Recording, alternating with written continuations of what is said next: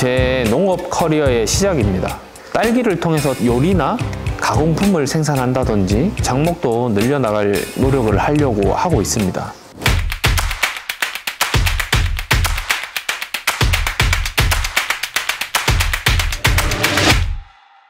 반갑습니다. 저는 의성군 단북면 효재리에 살고 있는 권신우라고 합니다.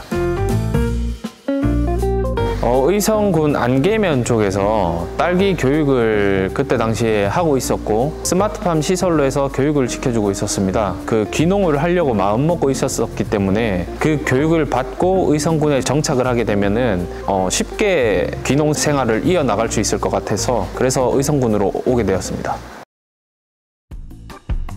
지금 여기 실재배 평수는요 640평이고요 관리동이라고 하죠. 관리동까지 포함을 시키면 약 700평 정도 됩니다. 최소 수량 잡았을 때 1kg 단위로 잡으면 한 작기에 10,000박스 정도는 출하를 시킵니다. 약 10,000박스 정도 판매하게 됐을 때 저희가 평균적인 가격으로 따지면은 10,000원을 받으면은 잘 받았다 이렇게들 말씀을 하세요. 처음에 키우기에는 정말 괜찮은 작물이라고 생각을 하거든요. 왜냐하면은 그 진입하기에 그렇게 어렵다고는 생각을 안 해요. 하지만 이게 내가 수량을 증대하기 위해서나 좀 더 전문적인 지식이 필요하겠지만 시작하는 데 있어서는 큰 어려움은 없다고 생각을 했습니다.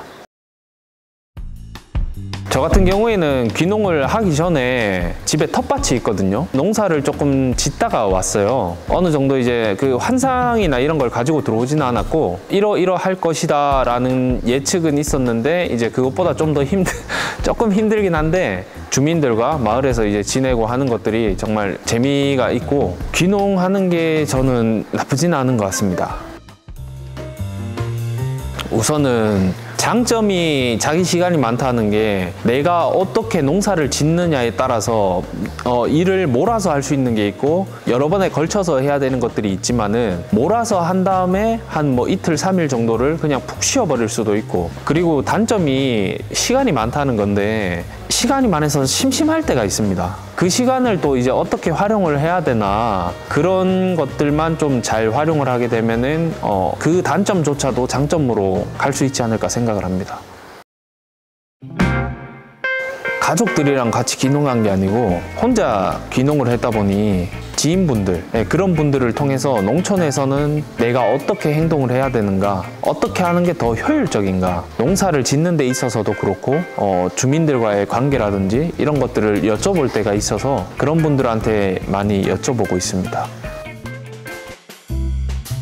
단북면에 청년회가 생겼어요. 그래서 청년회에 나가서 서로 이제 친목 활동을 하고 마을 행사라든지 이런 것들을 진행해보자 하는 것들이 있으면 같이 의논하고 그런 활동을 이어나가고 있습니다.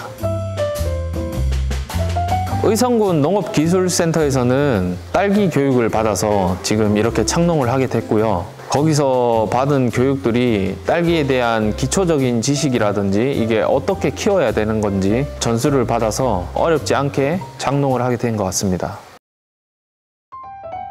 어릴 때부터 귀농을 하려고 마음먹었던 게 국내 식량 자급률이 되게 낮은 거를 알고 있거든요. 20%에서 뭐 많게는 25%라고 얘기하는데 미미하게나마 자국민들한테 먹을 수 있는 그런 농산물들을 생산한다는 것에서 되게 자부심을 느끼고 있습니다.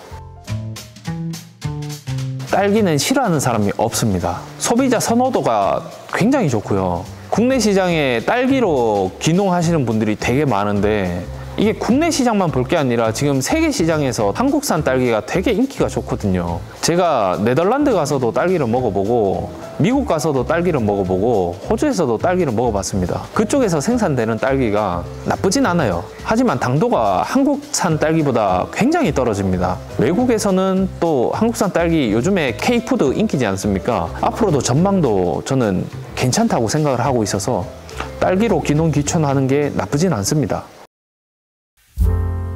제가 할 당시에는 1억 5천만 원이었는데 현재는 2억으로 올랐다고 들었습니다. 그리고 자부담이 조금 들어가야 되는데 그 부분까지 생각을 하시면은 사실 스마트팜이 만만치 않게 들어가긴 합니다.